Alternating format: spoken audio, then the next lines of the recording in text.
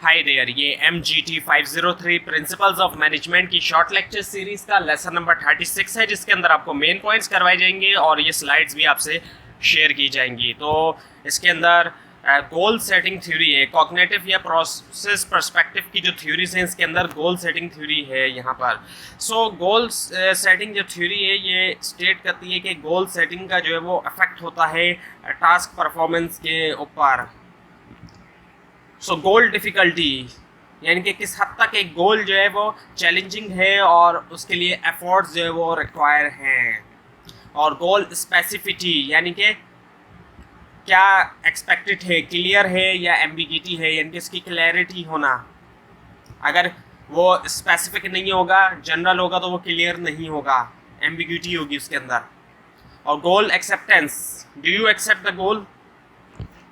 और goal commitment, हम जो है वो कमिटेड होते हैं ऑर्गेनाइजेशन को, we are committed to the organization. So customer complaint आती है तो मेक श्योर कि ऐसा कभी भी नहीं होगा, ऐसी दोबारा कभी कंप्लेंट नहीं आएगी।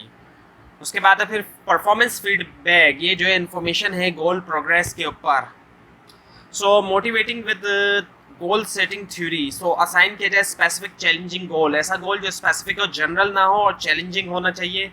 और इस बात को मेक श्योर किया जाए कि वर्कर्स जो है वो ट्रूली एक्सेप्ट करें, ऑर्गेनाइजेशनल गोल्स को करें एक्सेप्ट। ऐसा ना हो कि उनके कोई पर्सनल गोल वगैरह हो, बल्कि ऑर्गेनाइजेशनल गोल को करें। और प्रोवाइड किया जाए frequent specific performance related feedback. So integrated models, जिसके अंदर डिफरेंट थ्योरीज को एक साथ कंबाइन करके दिखाया जा रहा है। सो मोटिवेटिंग विद द बेसिक्स है, इसके अलावा एक्सपेक्टेंसी थ्योरी है, इक्विटी थ्योरी है, गोल सेटिंग थ्योरी है और रीइंफोर्समेंट थ्योरी है। सो रीइंफोर्समेंट थ्योरी क्या है।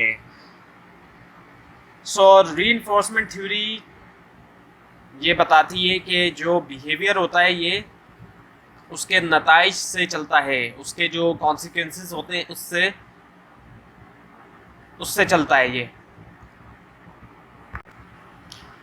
आपके सामने रीइंफोर्समेंट प्रोसेस है, जिसमें सबसे पहले स्टिमुलस है, यानी कि एक सिचुएशन है, सिचुएशन होती है, तो फिर उसके जवाब में रिस्पॉन्स आता है, हमारा बिहेवियर आता है, और जो हमारा बिहेवियर होगा उससे कॉन्सिक्वेंसेस आएंगे, यानी कि नताइज आएंगे। वो नताइज जो है हमारे बिहेवियर की वजह से या तो पनिशमेंट मिल सकती है या फिर रिवार्ड मिल सकता है। और पनिशमेंट या रिवार्ड जो है उसी से फिर फ्यूचर बिहेवियर के ऊपर भी अफेक्ट होता है।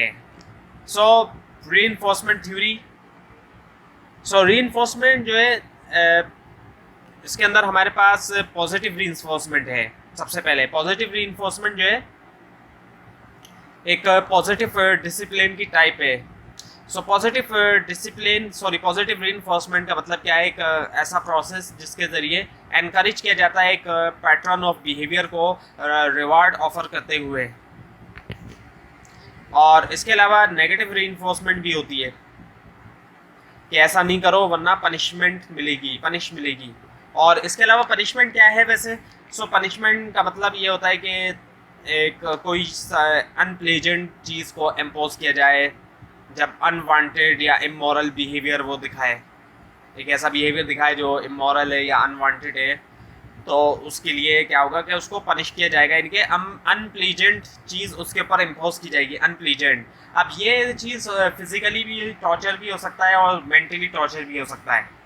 ज़रूरी नहीं कि पनिशमेंट का मतलब है कि किसी को फिजिकली टॉर्चर किया जाए, मेंटली टॉर्चर भी किया जा सकता है। और कई बार मेंटली टॉर्चर ज़्यादा इंसान के लिए डेंजरस हो सकता है, क्योंकि उसका जो असर है वो सालों तक रह सकता है, कई सालों तक, इवन कि ज़िंदगी भर तक भी उसका असर रह सकता है। उसके बाद है फिर एक्सटिंक्शन